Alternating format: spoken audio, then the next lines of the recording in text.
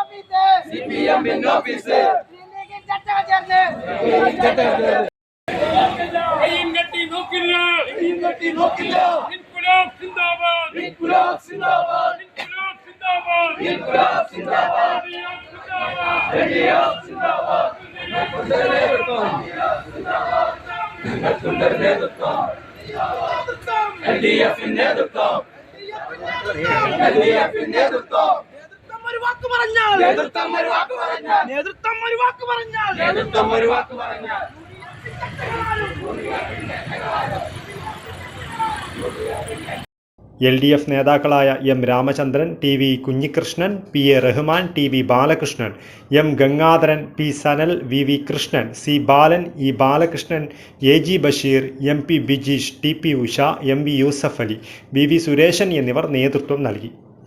അക്രമ സംഭവത്തിലെ മുഴുവൻ പ്രതികളെയും ഉടൻ അറസ്റ്റ് ചെയ്തില്ലെങ്കിൽ ശക്തമായ പ്രക്ഷോഭം സംഘടിപ്പിക്കുമെന്ന് LDF തൃക്കരിപ്പൂർ പഞ്ചായത്ത് കമ്മിറ്റി അറിയിച്ചു.